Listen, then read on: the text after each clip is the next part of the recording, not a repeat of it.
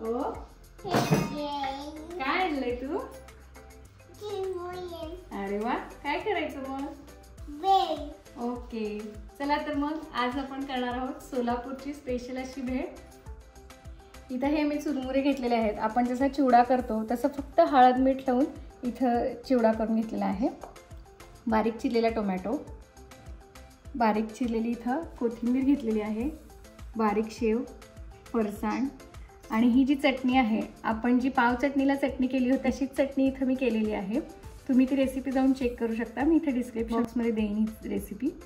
त्यानंतर धने जिरे पूड, लाल तिखट बॅडगीचं आहे आणि हे लाल तिखट जे आहे तो तिखटपणा येण्यासाठी मीठ, इथं घेतलेली आहे कांद्याची पात बारीक चिरून आणि बारीक चिरलेला कांदा, चुरमुरे,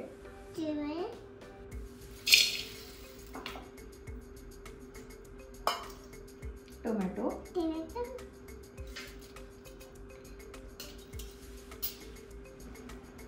कांदा, कांद्याची पात, कांदा थोडासा, कांद्याची पात थोडीशी, शेव,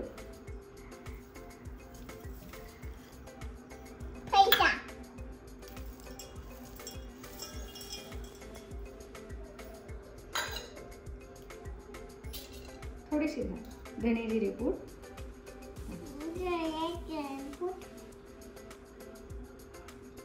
थोडंसं मीठ घालायचंय।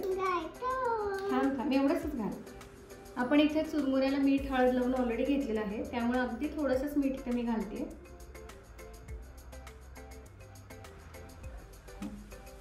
लाल तिखट,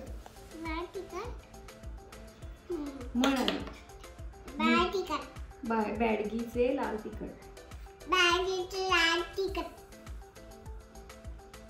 आता सगळ्यात महत्त्वाची गोष्ट म्हणजे ही जी चटणी केलेली आहे ती अगदी सोलापूरची स्पेशल अशी चटणी केलेली आहे। त्याची रेसिपी नक्की जाऊन तुम्ही चेक करा। मिक्स इट वेल,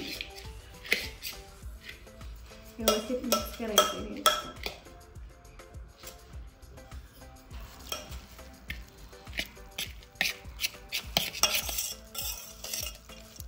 बघा बरं आली का आठवण सोलापूरच्या भेळची? तर नक्की ही रेसिपी करून बघा तुम्ही। आणि चटणीची रेसिपी मी डिटेलमध्ये मागच्या व्हिडिओमध्ये दिलेली आहे, ती रेसिपी नक्की जाऊन चेक करा। थोडीशी कोथिंबीर घालणार आहे। आपली भेळ तयार आहे, आता आपण ही सर्व करूया। मस्तपैकी आपली सोलापूरची फेमस अशी भेळ तयार आहे, ज्यामध्ये फक्त सोलापुरी चटणी असते आणि खास करून कांद्याची पात, ज्याचा फ्लेवर एकदम मस्त लागतो। वरून थोडीशी चटणी पुन्हा एकदा घालते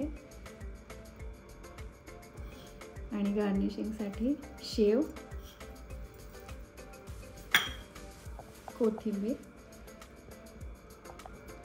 आणि कांद्याची पात आवडत असेल तर। पण स्पेशालिटीच ही आहे की भेळमध्ये वेगळी चटणी आणि कांद्याची पात। तर आता आपण टेस्ट करूया। एकदम मस्त अस्सल सोलापुरी चव। रेसिपी आवडली असेल तर नक्की करून बघा। लाईक, कमेंट, शेअर करायला विसरू नका आणि अशाच वेगवेगळ्या रेसिपींसाठी चॅनलला नक्की सबस्क्राईब करा। धन्यवाद।